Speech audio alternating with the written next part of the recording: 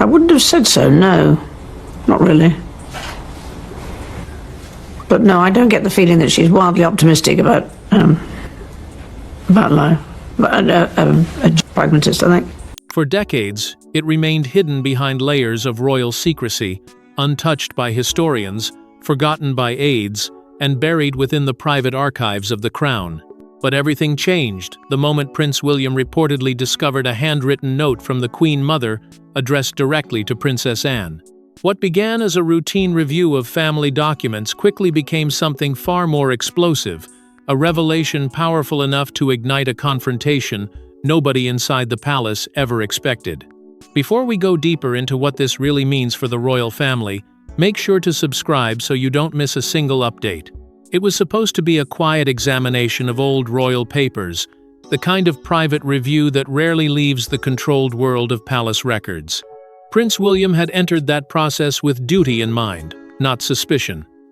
The monarchy, after all, survives on memory, order, and carefully protected history. But somewhere among those preserved files, beneath formal correspondence and faded family notes, one envelope reportedly stood apart. It carried the unmistakable weight of something personal, something deliberately preserved, yet strangely hidden from ordinary access. And on that envelope was a mark that immediately changed the mood in the room, the personal seal of the Queen Mother. The moment William saw that seal, the atmosphere reportedly shifted. What had been routine suddenly felt dangerous. Senior officials who had spent years handling royal documents grew unusually still. Some looked away. Others offered quick explanations that sounded too prepared, too cautious, too eager to keep the discovery small. But William was not a man easily distracted when something touched the heart of the crown. He opened the trail slowly, carefully, and what he found inside was not addressed to the king, not to the heir, not to a private secretary, but to Princess Anne. That detail alone raised the first serious question. Why would such a deeply personal note to Anne be buried where even trusted family members had not seen it for decades? Then came the words themselves. They were not dramatic in the obvious sense. They were worse. They were controlled, deliberate, and heavy with warning. The Queen Mother seemed to write with the calm certainty of someone who understood palace power better than almost anyone alive. Again and again, Anne's name appeared beside ideas of protection, duty, restraint, and loyalty to the institution above personal comfort. William reportedly paused over certain passages, sensing that they had not simply been forgotten. They felt concealed. Preserved, yes, but protected from sight for a reason. And as he read deeper, the meaning grew darker. The note appeared to hint at future royal influence, at figures who might one day reshape the family from within, at pressures that could blur the line between service and control. For William, this was no longer just about the past. It suddenly reached into the present, into relationships already strained by silence, rivalry, and old wounds that never fully healed. Anne's role looked bigger. The Queen Mother's concern looked sharper, and the palace's nervousness looked impossible to ignore. By the time William finished reading, one truth had begun to settle over everything. This note had survived because someone believed it mattered. And if it mattered, then someone else may have had a reason to keep it hidden. But the deeper William read into the Queen Mother's words, the clearer it became that the letter wasn't simply a family message, it was a warning that seemed to point directly toward Camilla. What if one of the most respected figures in royal history had foreseen a future crisis long before it ever unfolded? As William continued examining the hidden note, certain passages stood out with chilling clarity. The Queen Mother's words were not gentle reflections or grandmotherly advice. They read like a coded alert, a carefully crafted warning intended for Princess Anne alone, a warning that suddenly felt terrifyingly relevant decades later. The more William studied the note, the more its message seemed to tighten around the present. It spoke of vigilance, not in a casual way, but as if the Queen Mother had been urging Anne to stay awake while others slept. It spoke of loyalty, not simply to family, but to the crown itself, to the ancient weight of duty that had carried the monarchy through scandal, heartbreak, and war. Every phrase felt measured, Every warning felt placed with purpose. And for William, that was the chilling part. This was not a loose emotional letter, written in a passing mood. It felt like a private instruction from someone who understood that the greatest threats to the royal family rarely arrive from outside the gates. Sometimes, they rise quietly from within. The note reportedly warned against influences that could soften tradition, redirect authority, and reshape the family's future under the cover of loyalty. Those words struck William hard because they did not feel buried in the past anymore. They seemed to echo through every uneasy silence, every carefully managed appearance, every palace decision that had left certain royals quietly questioning who truly held influence behind closed doors. The Queen Mother had not named every danger openly, but she had written with enough sharpness to make the meaning impossible to dismiss. She placed Anne at the center of the warning, almost as if she believed Anne would one day become a shield when others became too cautious to speak. That idea changed everything. Anne was not described as a background figure. She was framed as a guardian of stability, someone steady enough to protect the old rules when emotion, ambition, or private influence threatened to bend them. William could not ignore how prophetic that sounded. Decades later, with the palace still bruised by mistrust and shifting loyalties, the note seemed less like history and more like a message waiting for the right person to find it. And once William made that connection, the nervous reaction of the aides became even more suspicious. They reportedly tried to reduce the note to sentiment. A family relic, an old woman's concern, a private message with no modern meaning. But William had seen enough. The careful wording, the hidden placement, the direct appeal to Anne, the repeated warnings about loyalty and influence, all of it pointed to something much deeper. He began to believe the document had not simply been overlooked. It had been protected, buried, and kept away from the people who might understand its true meaning. And once that thought took hold, it could not be undone. As questions multiplied inside William's mind, one name kept resurfacing from whispers, rumors, and old palace disputes, and that name would soon force an explosive confrontation. The hidden note did more than reveal forgotten concerns. It reopened wounds that many believed had healed long ago. William began tracing decades of private disagreements, rivalries, and power struggles buried beneath the polished image of royal unity. What emerged was a pattern so unsettling that even seasoned insiders reportedly grew uncomfortable discussing it. The deeper William dug, the more impossible it became to ignore the connection forming in front of him. The warning in the Queen Mother's note had already changed the way William saw the past, but now it began changing the way he understood the present. He reportedly started revisiting old accounts, private remarks, and palace memories that had once seemed disconnected. Small moments that were dismissed as personality clashes suddenly carried new weight. Quiet disagreements among senior royals, decisions made behind closed doors, subtle shifts in who was allowed close access, who was trusted, and who was quietly pushed to the edge of influence. The monarchy had always presented itself as united, but beneath that image, William began to see lines of tension running through the family like cracks beneath polished stone. At the center of those tensions stood Princess Anne, not as a dramatic rebel, not as someone hungry for power, but as someone the Queen Mother appeared to trust with the harder truth. Anne's loyalty had never needed decoration. She had built her reputation through discipline, endurance, and a refusal to bend herself for popularity. That made the Queen Mother's message even more powerful.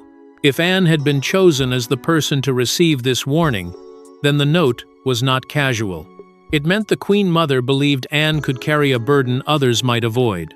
William reportedly compared the note with forgotten correspondence and accounts from palace veterans, hoping to understand why Anne's name had appeared with such force.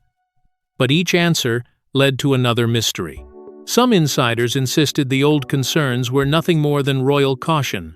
Others spoke in careful half-sentences, admitting there had always been worries about influence, access, and the slow movement of authority away from traditional guardians of the crown. The word influence kept returning. So did control. And every time those words surfaced, William found himself pulled closer to the one figure whose role had grown stronger over the years: Camilla. That realization was dangerous. Camilla's place within the royal family had long carried emotional history, public controversy, and private sensitivity. For William, the matter was not simply personal, it was institutional. If the Queen Mother had once feared that outside pressure could reshape the monarchy's direction, then William had to ask whether those fears had been ignored, buried, or deliberately hidden to protect someone's rise. The palace veterans did not give one clean answer. Their memories clashed. Their pauses said too much. Some denied everything too quickly. Others seemed almost relieved that William was finally asking. And with each contradiction, William's suspicion hardened. The note no longer felt like an isolated discovery. It felt like the missing piece of an older palace divide, one that had never truly disappeared. By the time William assembled the pieces together, he had reached a conclusion that could no longer remain confined to private conversations behind palace walls. Some discoveries leave people curious, others leave them angry. According to insiders, William's reaction belonged firmly in the second category. The hidden note had transformed from a historical curiosity into a personal mission. Determined to understand why the Queen Mother's words had been buried for so long, William allegedly began asking direct questions that made several powerful figures deeply uncomfortable. William did not move recklessly. That was what made his reaction even more serious. He reportedly brought the note only to those he trusted most, people who understood both the emotional weight of family history and the dangerous politics of palace silence. At first, the conversations were careful, quiet, controlled. But beneath William's calm tone was a growing fire. He wanted to know how a message carrying the Queen Mother's seal, written directly to Princess Anne, had disappeared into private storage without explanation. He wanted to know why nobody had spoken of it. And most of all, he wanted to know why every answer seemed to create another shadow. The senior aides struggled. Some claimed the note had been placed away during an old archive transfer. Others suggested it had been considered too personal to circulate. A few insisted there was nothing unusual about private royal papers remaining hidden for decades. But William reportedly heard the weakness in those explanations. They did not match the tension in the room. They did not explain the nervous glances, the sudden silence, or the carefully chosen words. For a family built on records, order, and memory, this kind of confusion felt less like an accident and more like protection. Then came the question that changed everything. Why had Princess Anne never been publicly connected to the note? If the Queen Mother had truly seen Anne as a guardian of stability, why had that trust remained buried? Why had Anne's role been softened, ignored, or pushed into the background while other forces inside the palace grew louder? William reportedly pressed harder, and that pressure sent a shock through the inner circle. Officials feared that if he kept pulling at this thread, the hidden note would become more than a family secret. It could become a royal crisis. And still, William refused to stop. The more the explanations shifted, the more convinced he became that Camilla's role had to be addressed directly. Not through whispers, not through aides, not through careful palace language designed to protect everyone from discomfort. He wanted clarity. He wanted accountability. He wanted to know whether the Queen Mother's warning had been ignored because it was inconvenient, or hidden because it pointed too close to the truth. By then, preparations for a private meeting had begun. The mood around it was tense, almost brittle. Those close to the situation reportedly understood that this would not be a polite royal discussion. It would be a confrontation built on suspicion, memory, and betrayal. And when that meeting finally took place, the conversation reportedly escalated into one of the most shocking confrontations witnessed inside royal circles. Behind closed doors, away from cameras and public appearances, the atmosphere reportedly became impossible to ignore.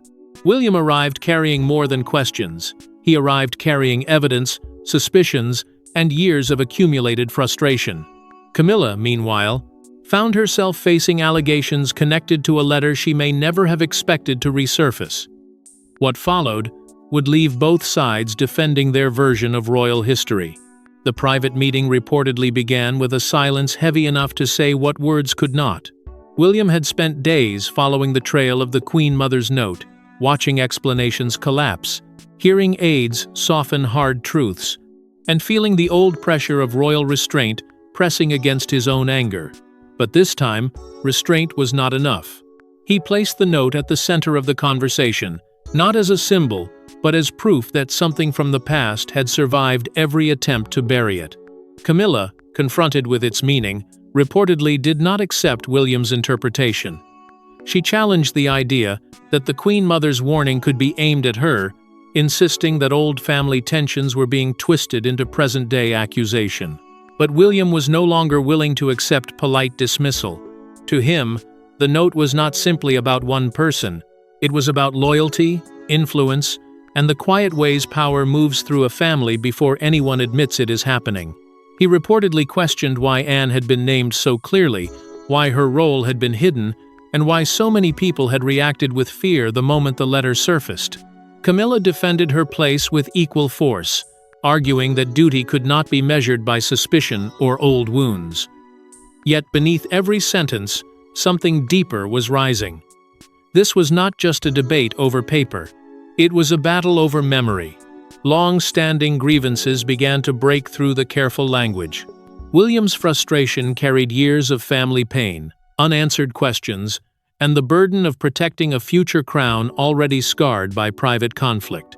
Camilla, meanwhile, stood inside her own history of struggle, acceptance, and survival, refusing to be painted as the shadow behind every palace fracture. Both sides spoke of duty, but they meant different things. For William, duty meant guarding the monarchy from hidden influence.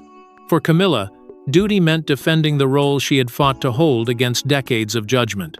The confrontation reportedly grew sharper as the Queen Mother's words returned again and again. Vigilance, loyalty, protection, Anne's name. The more William pressed, the clearer it became that the hidden note had exposed something far larger than a forgotten message.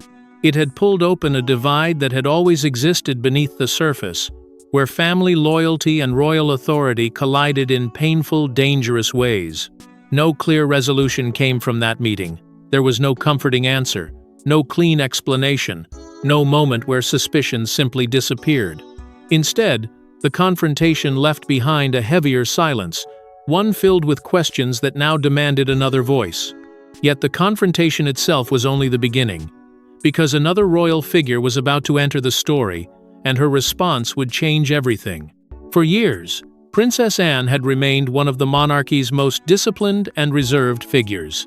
But when the hidden note and William's confrontation became impossible to ignore, attention shifted toward the one person the Queen Mother had trusted enough to write the message in the first place. What Anne reportedly revealed next stunned even those who believed they already knew the truth. Anne did not respond with panic. That was never her way.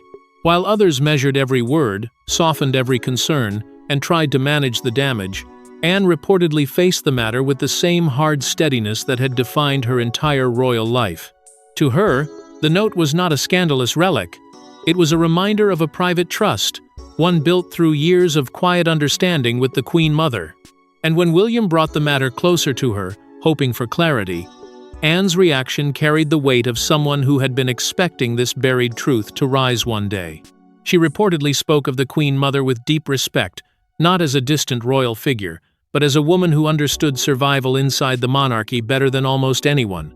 Anne remembered warnings that were never shouted, only spoken carefully, wrapped in old wisdom and sharp instinct. The Queen Mother had believed the crown could endure almost anything from the outside, but she feared the danger of slow changes from within, not sudden rebellion, not public betrayal, something quieter. A soft shift in access, influence, and loyalty until the old rules no longer held their shape.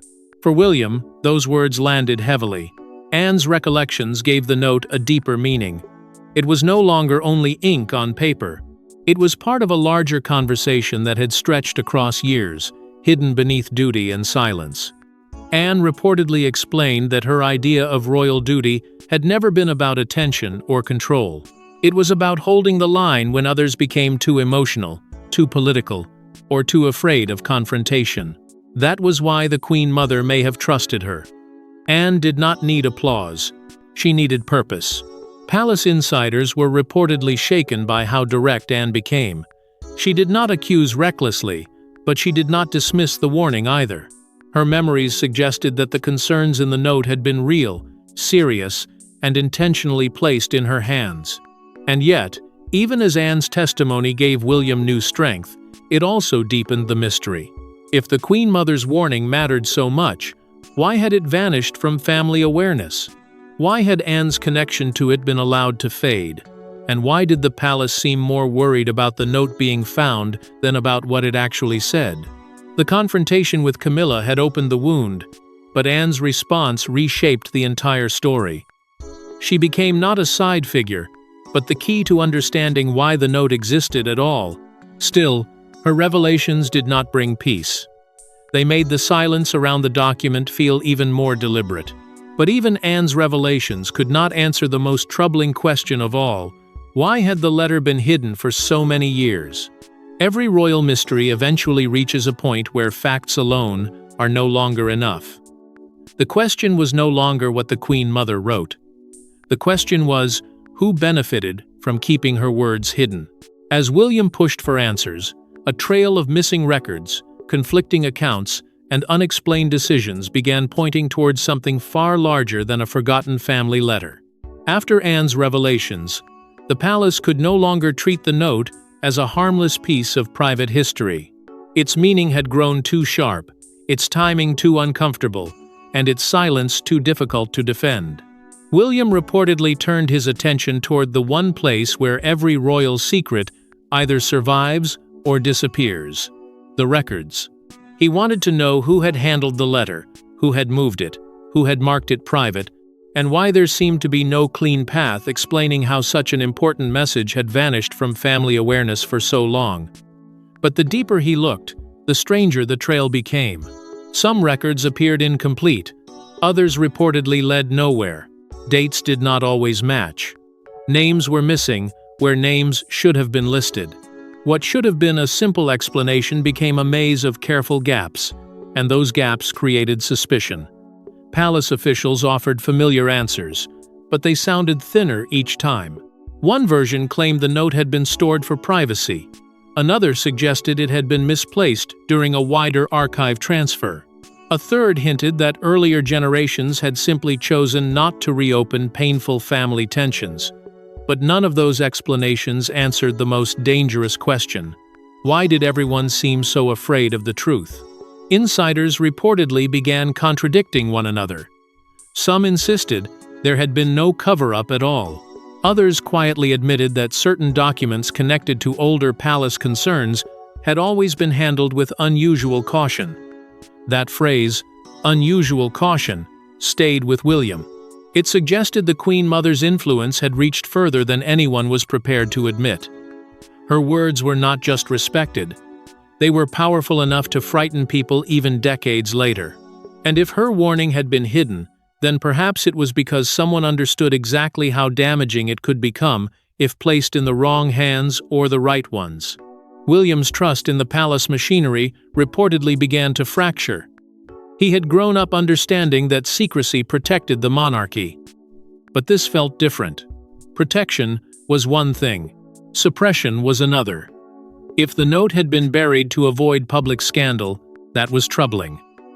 But if it had been hidden to protect personal influence inside the royal family, then the betrayal was far deeper. It meant the institution had not only guarded its secrets, it may have guarded the wrong people. Pressure began building quietly. Not public pressure, but internal pressure. The kind that moves through closed rooms, private conversations, and tense pauses between senior figures. William wanted transparency, yet every step toward it threatened to expose more than the palace was ready to face. And just when it seemed the mystery had reached its peak, one final revelation threatened to redefine everything William thought he had uncovered. The most shocking discoveries rarely come at the beginning of a story, they arrive after every certainty has already been challenged. As William reflected on the Queen Mother's hidden note, Anne's testimony, and his confrontation with Camilla, a larger truth finally emerged. This was never merely about a letter. It was about the future of the monarchy, the meaning of loyalty, and the battle over who would shape the crown's legacy. William reportedly began to see the entire mystery differently. At first, the note had seemed like a buried warning, a private message from the past suddenly pulled into the present. But after the missing records, Anne's memories, and Camilla's fierce defense, its meaning became much larger. The Queen Mother had not only warned Anne to stay watchful, she had left behind a test for those who came after her. Would they protect tradition when it became uncomfortable? Would they ask difficult questions when silence felt easier? Would they choose the crown over personal peace? For William, the answer could no longer be delayed. Anne's place in the story became clearer than ever. She was not simply the recipient of an old message. She was the symbol of a harder royal code, one built on discipline, loyalty, and service without applause. The Queen Mother had trusted her because Anne understood that the monarchy survives not through charm alone, but through sacrifice. And that truth made the contrast even more painful, because Camilla's position remained surrounded by argument, emotion, and unresolved suspicion. The confrontation had ended, but the damage to family trust did not vanish with it. William reportedly understood that some relationships inside the palace would never feel the same again. Once a hidden warning is discovered, once old loyalties are questioned, and once silence begins to look like protection, the family cannot simply return to normal. Every conversation carries weight. Every decision invites doubt. Every alliance becomes part of a larger battle over the future. And that was the real consequence. The monarchy now stood at an internal crossroads. One path led back to quiet concealment, where difficult truths were buried for the sake of calm. The other demanded a stronger kind of leadership, one willing to face pain before it became poison. William emerged from the ordeal more determined than ever to protect the institution he would one day inherit. Not with blind trust, not with easy forgiveness, but with a sharper understanding of how fragile royal unity can become when secrets are allowed to grow in darkness. The Queen Mother's hidden note had left its mark. It exposed old fears, tested present loyalties, and forced William to confront the uncomfortable question at the heart of the crown. Who truly guards the monarchy when the threat comes from within? Because while the confrontation may have ended behind palace doors, the consequences of the Queen Mother's hidden words are only beginning to unfold. Thanks for watching. Please don't forget to like and subscribe, and we will see you in next one.